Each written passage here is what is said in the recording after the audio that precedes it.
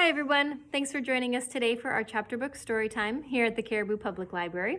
I'm Miss Erin and we are reading Little Britches by Ralph Moody.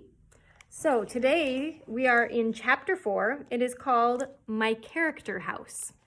All right, so let's see what happens today to young Ralph.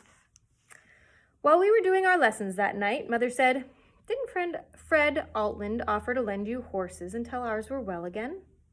It was a few minutes before Father answered, "Yes, ma'am, he did, but what is that one you quote about being neither a borrower nor a lender? Fred's a fine fellow, but I don't want to start borrowing from neighbors.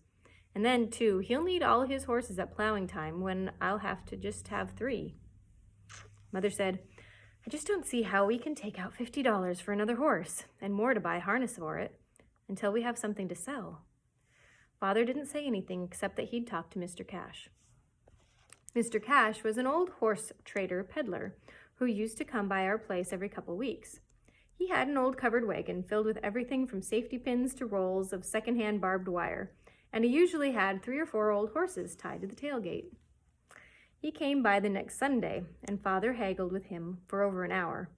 I was out by the wagon when they finally made a deal. Father had looked the different horses over from teeth to hooves. He had both hands in his hip pockets of his overalls and was looking at an old bay mare on the offside. "How much for Grandma?" he asked. Mrs. Cash said that he had paid $25 for her, but in the end he let Father have her for $17.50, and he threw in a collar and hames with chain traces. When we were leading her to the barn, I noticed that she dragged one forefoot. Father said it was because she had been foundered. Because she walked so slow, Mother named her Nancy Hanks after a famous racehorse. Mother let me wear my overalls and blue shirt to school Monday morning. Grace fiddled along the way, hunting for some certain kind of cactus. We just got in right after the bell rang. Freddie's eyes were blacker than mine, and his lips were still puffed. I had wanted to get there early enough to see if I could lick him again before school began, but I had to wait for morning recess. Everybody knew Freddie and I were going to fight again at recess time. We made faces at each other every time Miss Wheeler had her back to the class. What I didn't know was that Freddie had a deal with Johnny Alder to help him lick me. Johnny was in the 5th grade and nearly as big as Willie Aldevote. As soon as we got out near the carriage shed, Freddie and Johnny both jumped on me. I was sure I was done for until Willie sailed in too. I always liked Willie Aldevote, best of the boys. He was the 2nd biggest in school. He was 12 and was in the 6th grade in number work. He was the one who had the yellow spotted donkey and could ride like everything. He had never been mean to me. Willie told Johnny, "If you're going to help Freddie, I'll help Molly." And the fight was on. It was really 2 fights for a little while. Then, when Johnny was good and licked, Willie kept Freddie from holding me by the hair with one hand while he punched me with the other. After that, I had better luck, and before the bell rang for the end of recess, Freddie had both arms up over his face again. Then he did something that I ought to have loved him for. He said, "There ain't meat enough on him to hit. That's why I can't lick him. He's just a sack full of old spikes, and I've hurt my own hands worse than I hurt him every time I punch." At noon, I ate my lunch with all the rest of the fellows, sitting right between Willie Aldevote and Rudolph Haas. After we finished eating, Willie said, "Come on, Rudy, let's teach Spikes how to really ride that jackass." Oh, that's the donkey. Nobody will ever write a poem that will sound as good to me as that did. I knew I wasn't going to be Molly anymore, and I'd have tried to ride a rhinoceros if they had said so. They got straps off one of the harnesses and a piece of good stout cord. After they buckled the straps real tight around the donkey, Rudy held him by the ears, while Willie put me on and tied my feet together with the cord. He ran it snug between them, under the donkey's belly. Willie told me not to be scared, to squeeze tight with my knees, and watch the donkey's head so I could lean way back when he put it down to kick. I grabbed hold of the straps with both hands, and Rudy let him go. For what seemed about an hour, but was probably 10 seconds. Things were happening too fast for me to keep up with him. I tried to watch his head and lean back every time it went down, but it was bobbing so fast I lost my beat. My head snapped back and forth as though it were tied on with rubber. and I bit my tongue. My head rang so I could even hear Grace yelling. Oh, I couldn't even hear Grace yelling. She had come running to pick up the pieces when I got killed. But I was still on top when he stopped, and I had had fun. After school, Willie let me ride behind him on the donkey as far as our corner. And Grace was so proud of me that she promised not to tell Mother. 3 or 4 days after we got Nancy Hanks, Grace and I came home from school through our west field so I could show her where Bill and Nig had fallen off the trestle. There were 12 or 13 long cross ties in the bottom of the gulch, and I told Grace that Father had said for me to drag them home as soon as we got another horse. I'd been riding Willie's donkey every day and thought that I'd be able to handle any horse. I guess I'd made up too many stories before. Grace didn't believe me and told Mother about it the minute we got home. I should have admitted to Mother right then that it was only a story, but I was sure she'd spank me if I did. The more I thought about hauling those ties with Nancy, the more I wanted to do it. And since I was going to get a spanking anyway, I thought I might just as well have the fun of trying. So I swore up and down that Father did tell me. He had gone to Denver after another load of bricks. I was sure I could have a cross tie home before he got back. Then he probably would be proud enough of me so that I wouldn't get spanked at all.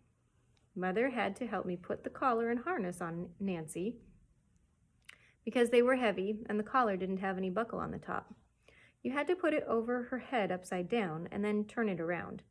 I never heard Father criticize Mother, and that was the only time I ever heard her criticize him. She put her hands on her hips and buttoned her mouth up tight, and she said, "I don't know what in the world this ranching has done to your father, insisting that you wear overalls to school and be permitted to behave yourself like a gutter snipe. And now, sending your little 8-year-old boy off to haul logs with a new untried horse." The cross ties didn't haul as easily as I thought that they would. I forgot to take anything along for hitching them to Nancy's singletree and had to use an old piece of barbed wire. I was walking on the downhill side of the cross tie when we got to go up over the bank at the head of the gulch. Suddenly, the tie started to roll toward me, and I had to dive out of the way. I skinned my nose, and the barbed wire tore a big hole in my overalls. But the tie missed me, and Nancy seemed glad to stop and rest. I was still trying to haul it up over the bank when it got dark, and I was afraid Father would get home before I did. It would be better to go right home and tell Mother that I had lied.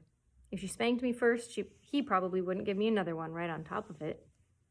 Mother didn't spank me, though. She gasped and looked at me as if I had been a rattlesnake ready to strike.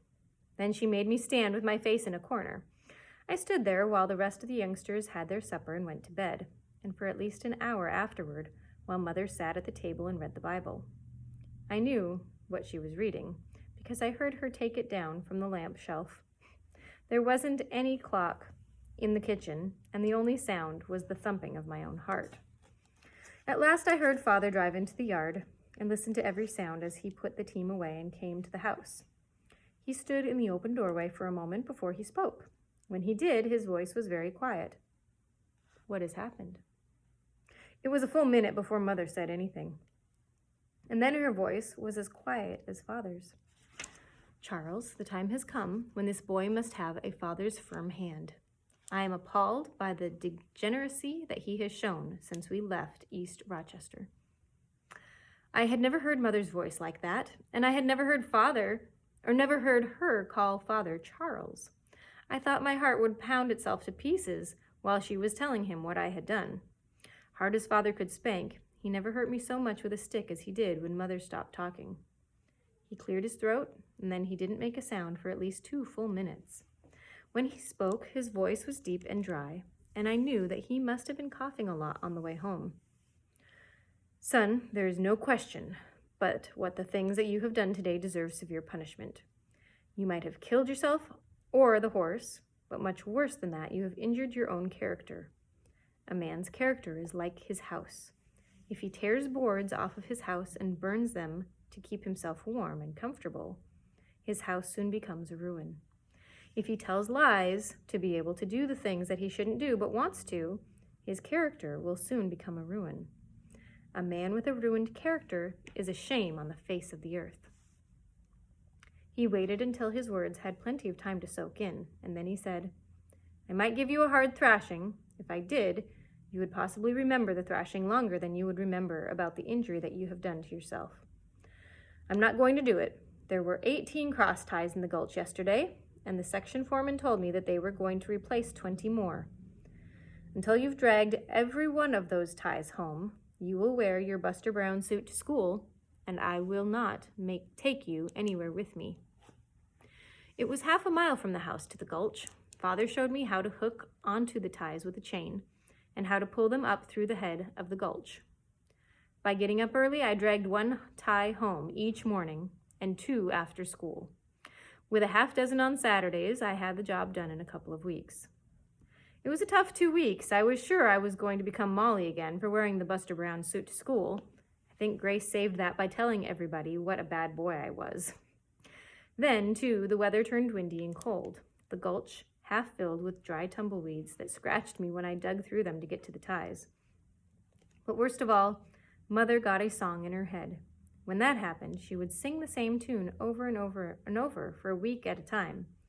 That time it was "The Bird with a Broken Pinion."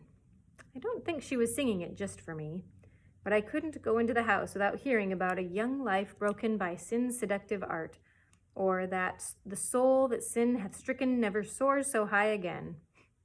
It made me think a lot as I walked along behind Nancy and a dragging cross tie about the permanent damage that I had already done to my character. All right, well, that is it for chapter 4. Heavy lessons to learn, right? Okay, so we'll start up again next time in chapter 5. You guys enjoy the rest of your day, and we will see you then. Bye for now.